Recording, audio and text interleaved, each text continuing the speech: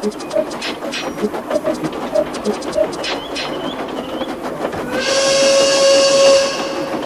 Sodor Mainland Railway was the first standard gauge railway to operate on Sodor. The line ran between Craven's Gate and Kirk Ronan, and its first locomotives were a trio of box tank engines produced by Nielsen & Co. in Scotland, known as Nicholas and Neil, with the third having yet to arrive. One afternoon, the two box tank engines were at Kirk Ronan Harbour, waiting for the unloading of their newest engine from the ship that sat in the dock. "It'll be nice to have the Lords relieved from us for a while," said Nicholas. "Aye," said Neil, "I'm sure he'll be a fine resident to us." But as the locomotive was unloaded from the ship, the two box tanks' jaws dropped. Though the engine looked exactly like them, the major difference came to the top of the tank and the front of the smoke box. A bell was atop the tank, while the loco itself had broad eyelashes and lipstick on its lips. The manager was quick to introduce the engine. "Nicholas, Neil," he said, "I'd like you to meet Natalie. She'll be helping out with our operations. I'd like you two to show her around."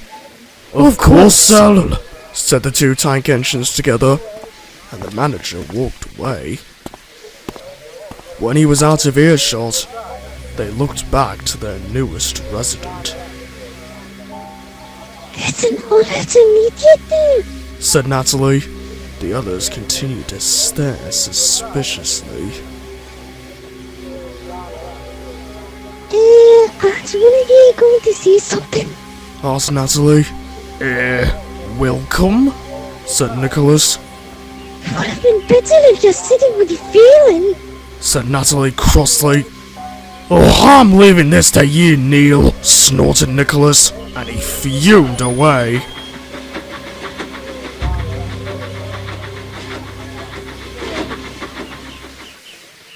"I'm sorry, Natalie," said Neil. "This is our first experience with a female engine. Welcome anyway." "Thank you, Neil," smiled Natalie. She felt better already. "Are there other female locals?" asked Neil. "Aye," replied Natalie. "some of the lads who built me told me of some who existed prior, so I'm not the only one." "That clears it up a treat," said Neil.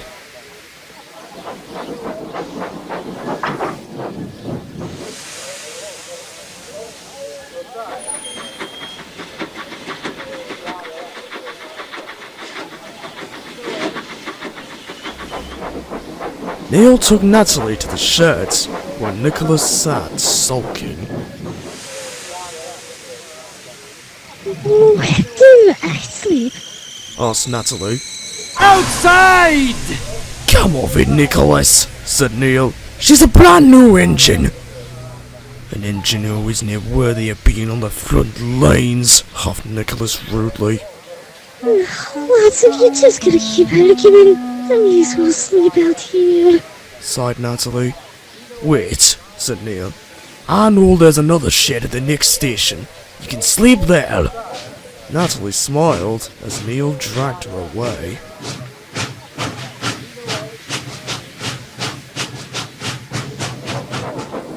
Neil was right. In the small yard of Kelsthorpe was a small engine shed. "Now you'll be protected from the elements," he said warmly. "Thank you, Neil," said Natalie, and Neil puffed away. The next morning, the manager came to see the engines. "Where's Natalie?" he asked. "At Kelsthorpe," grunted Nicholas. "Why didn't you two share a shed?" asked the manager. "Nick here doesn't want to be associated with a female engine," huffed Neil. "Is that so?" said the manager. "There are some things beyond our control, Nicholas. The gender of an engine seems to be one of them. I know this will take some getting used to, but I advise you to refrain from spitting out any rude comments towards Natalie. Is that clear? Yes, sir, groaned Nicholas, and he puffed away for his first train.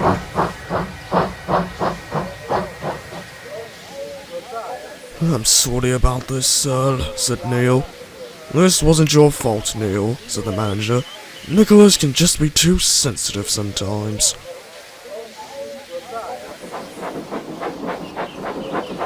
Neil brought him to see Natalie. I understand how you feel, Natalie, he said, but your gender doesn't mean you can't be useful. Just ignore Nicholas's comments. He'll get bored eventually. I'll try my best, sir, said Natalie. Natalie soon set to work on the railway, handling all manner of services.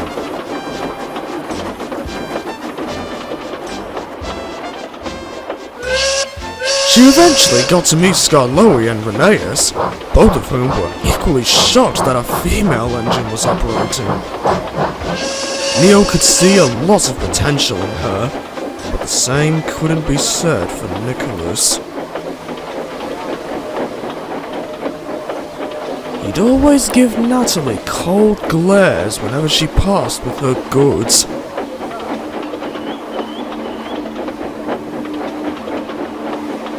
And always wheezed steam at her when she was attached to a passenger service.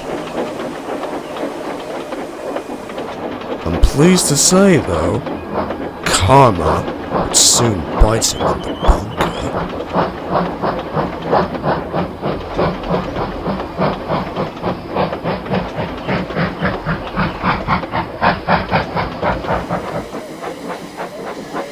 At the end of one day, Natalie was returning to the sheds after bringing a goods train to the harbour. "How was your day, Natalie?" asked Neil. very well, thank you. Replied Natalie. The pair then waited for Nicholas to appear with the final passenger service, but he was nowhere to be seen. "He's rather punctual," said Neil. "I wonder what's wrong." He soon got his answer when the manager came running from the station.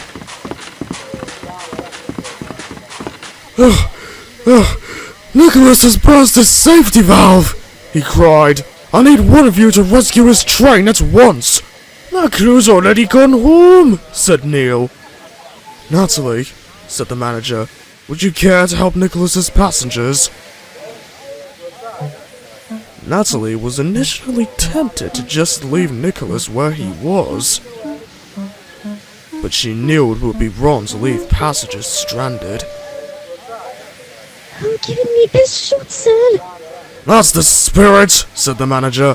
"Let's hurry! No time to lose!"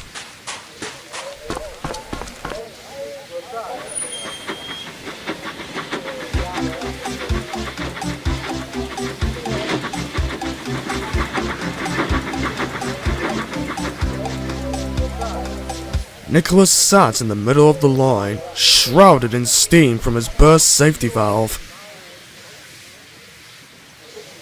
Soon, Natalie's whistle and bell could be heard.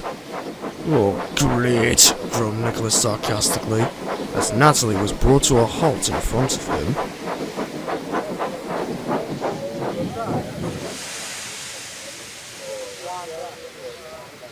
The crew soon filled her in, and Natalie buffered up.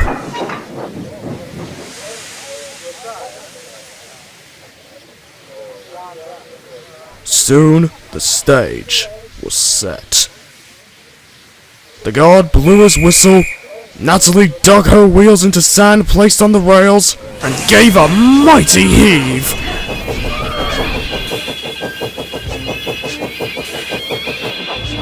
Slowly, but surely, the train started moving.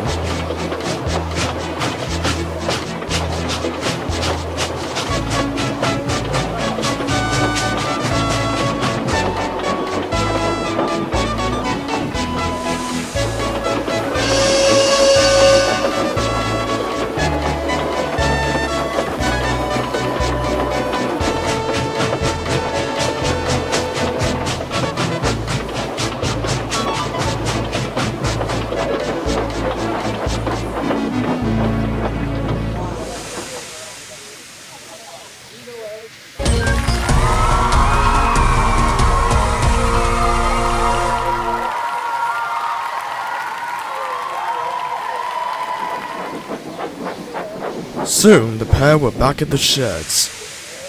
Only then did Nicholas break his silence.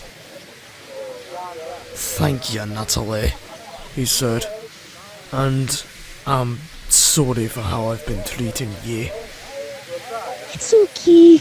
said Natalie. I'm just trying to be a really useful engine, like you and Neil. "A fine performance indeed," said the manager. "I'm very proud of you, Natalie. You've indeed been a really useful engine. In fact, you've given me an idea."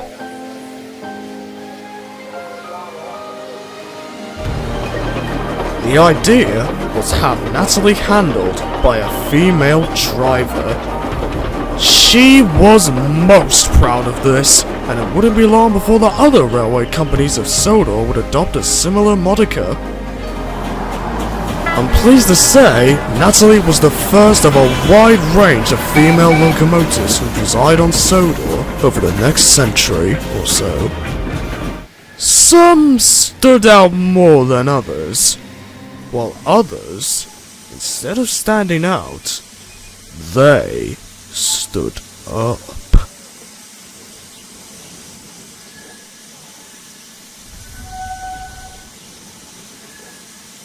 Chaps, did you just hear something? What are you talking about, Edward? The only sounds we hear are the seagulls. That's funny. I could have sworn I just heard...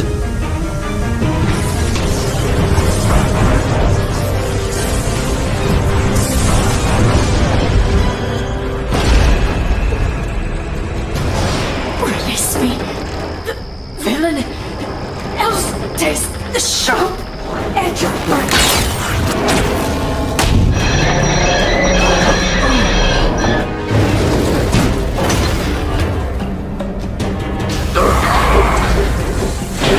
Victorion's the lucky one, Megatron.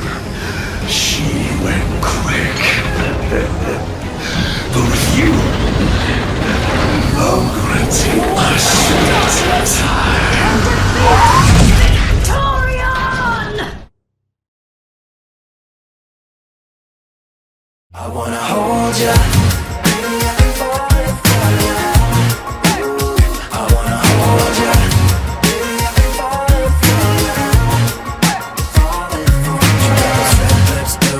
Black skinny jeans, and every room you walk into, you're always setting the scene. I wanna